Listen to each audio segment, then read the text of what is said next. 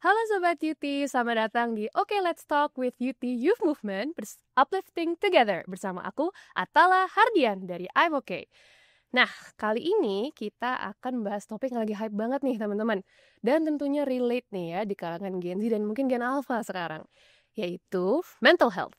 Nah, kali ini kita akan mengupas tuntas nih bagaimana sebenarnya dampak dari teknologi dan juga media sosial dalam membentuk pola pikir atau mindset di kehidupan kita sehari-hari.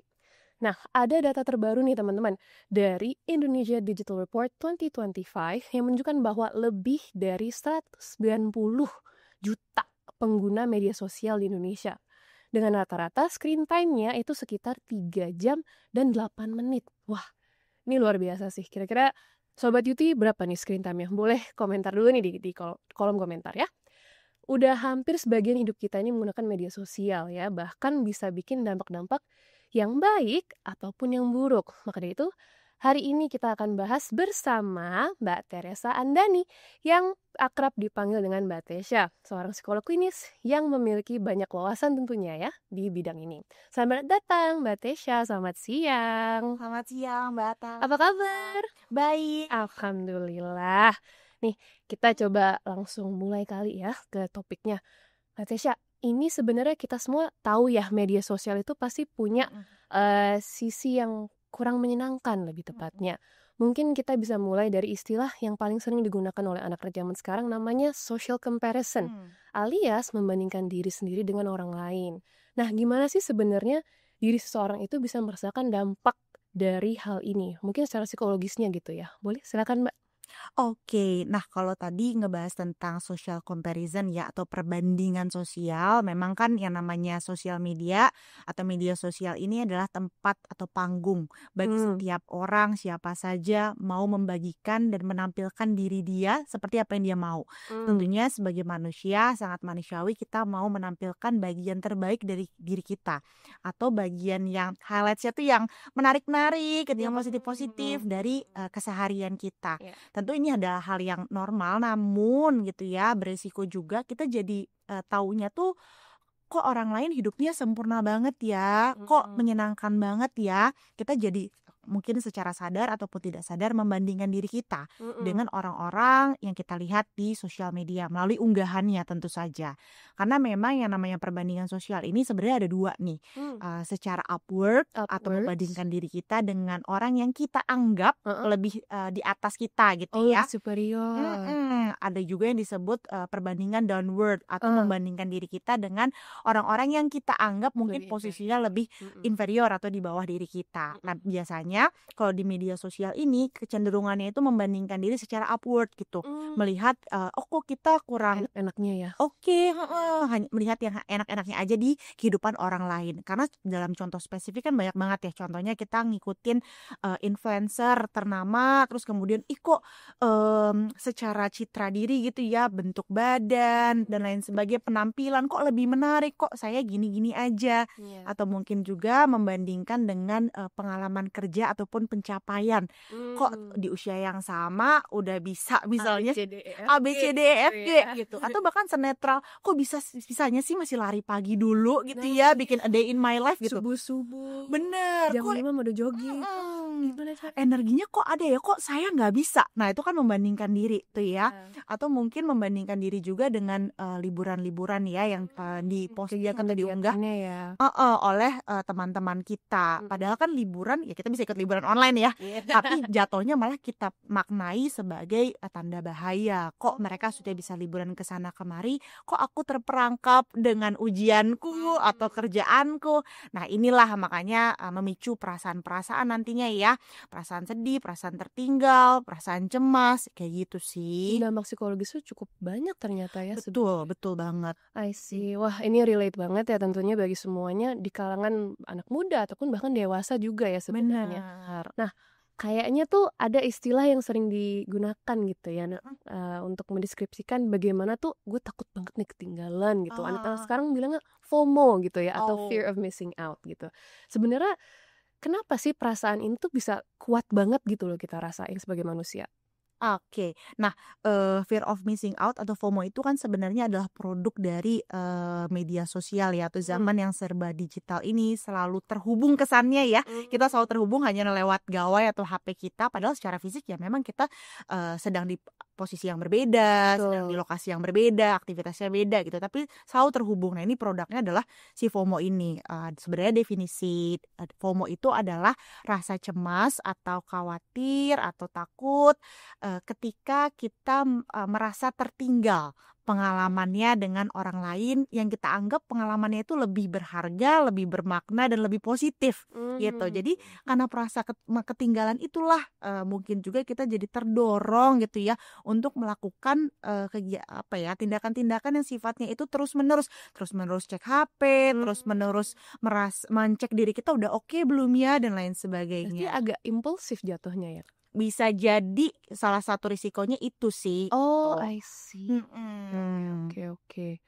Wah, sebenarnya kalau dilihat-lihat cukup banyak ya dampak negatifnya sosial media gitu, nggak cuman ke sosialnya kita sendiri tapi juga ke kesehatannya. Tapi ya kita juga nggak bisa pungkirin ya Kak, Mhm. sebenarnya media sosial itu punya banyak manfaat kayak gitu. Misalnya nih sekarang kita bisa menemukan teman baru, networking gitu kan, relasi baru baik untuk pekerjaan atau bahkan punya komunitas baru. Misalnya kayak sekarang lagi hype komunitas padel gitu kan. Mhm mhm. Terus kita bisa sharing ke orang-orang, kegiatan aku sekarang ini apa sih. Kalau menurut, Mbak Tesya sendiri gitu, gimana sih ini fenomenanya?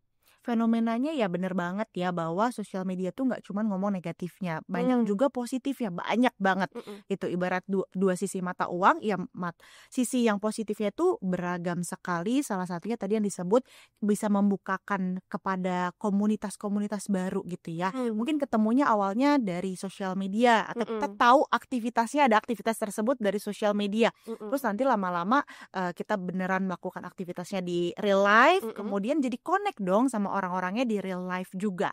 Dan Mmm. kita bisa bawa fenomena tadi ya tentang, padel itu atau olahraga ke banyak hal lainnya, misalnya isu-isu kesehatan gitu ya, Sosial gitu ya? sosial gitu ya, individu dengan mungkin, lagi sedang berjuang untuk, memiliki buah hati itu ada juga loh Ah. komunitasnya.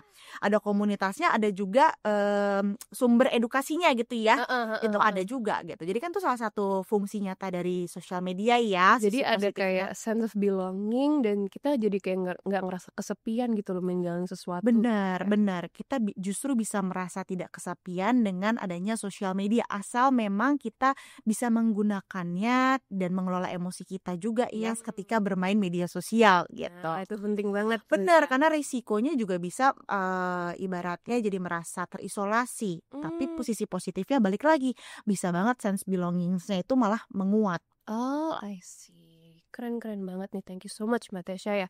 Jadi teman-teman Sobat Yuti, kita kan udah denger nih sisi positif dan juga negatifnya ya dari social media dampaknya ke kesehatan mental kita. Nah, sebenarnya kalau misalnya kita sentuh dikit gimana sih caranya kita bisa mengelola gitu? How can we manage ibaratnya filtering gitu ya dampak positif dan negatifnya. Kalau menurut Mbak Tesya sendiri kayak gimana sih? Sebenarnya ada beberapa cara yang bisa dilakukan ya. Mhm. Mungkin yang pertama itu adalah, kita bisa mengkurasi gitu Mmm. ya, apa yang masuk dalam, feeds kita atau media Mmm. sosial kita gitu, kita atur-atur. Karena sekarang udah ada nih, apa, opsi di mana kita pilih, minat kita Mmm. yang mau ditampilkan oleh media sosial Jadi gitu. interest-nya udah Bener, kayak ini ya. contoh kalau aku boleh sharing, kalau aku tuh kayak mental health, Heeh. terus juga tentang, apa, health, lifestyle, terus ada cooking gitu, Ah. animal tuh juga bisa gitu Iya, ya. komunitas pecinta kucing Indonesia ya. Iya, Kita bener semua bener pasti ada bener. di situ. Bener banget ya, jadi bisa banget. Nah, atau, kita juga bisa mengkurasi dengan mencek tuh following kita gitu Oh. ya. Apakah ada hal-hal, yang tadinya kita ikuti gitu ya, entah itu individu atau institusi yang dirasa, "Aduh ini kayaknya udah belum relevan atau kurang relevan dengan diriku," tuh bisa di-unfollow. Atau kalau Mhm. misalnya, "Kok nggak enak ya nge-unfollow?" Ada fitur diatur namanya mute loh gitu ya. Kita bisa membuat batasan secara sehat gitu. Nanti kalau kita sudah siap mengikutinya lagi atau melihat interaksi di media sosial tuh kita bisa unmute gitu ibaratnya. Jadi bisa banget tuh kita kurasi seperti itu. Lalu kemudian yang kedua tentu kita bisa juga membuat waktu ya biar makin Batasan banyak waktu berarti ya. positif yang bisa kita ambil di media sosial, bermedia sosial tapi tetap menjalankan apa yang jadi tugas-tugas kita gitu. Jadi kita bikin time blocking tuh dalam satu hari di titik-titik waktu mana aja kita mau bermain media sosial atau mengunjungi media sosial. Dengan demikian kita juga jadi lebih menyadari bahwa oh aku tuh bisa diandalkan loh, bisa happy-happy bermain media sosial tapi juga bisa tetap menjalankan Tetap aktivitas produktif, gitu. tetap sehat juga gitu. Bener tuh. Lalu yang ketiga mungkin kita bisa kalau misalnya dirasa sudah terlalu pusing, terlalu overwhelmed gitu Iya. ya, boleh banget loh untuk mengambil jeda sejenak, logout dari media sosialnya, atau mungkin juga mematikan sejenak akun pribadi kita gitu ya, deaktif tuh juga boleh. Itu haknya Sobat Yuti untuk melakukan hal Diaktif, tersebut. di uninstall gitu ya. Yang Bener. penting prinsipnya as long as you cannot see it, it's out of your mind kayak gitu ya. Oke. Nah, berarti ada 3 gitu ya strategi praktis. Mungkin aku boleh ulang sedikit. Yang pertama adalah feed curation atau kita bisa filtering gitu. Kira-kira apa sih hal-hal yang mau kita ngeliat gitu. Yang kedua adalah membatasi waktu.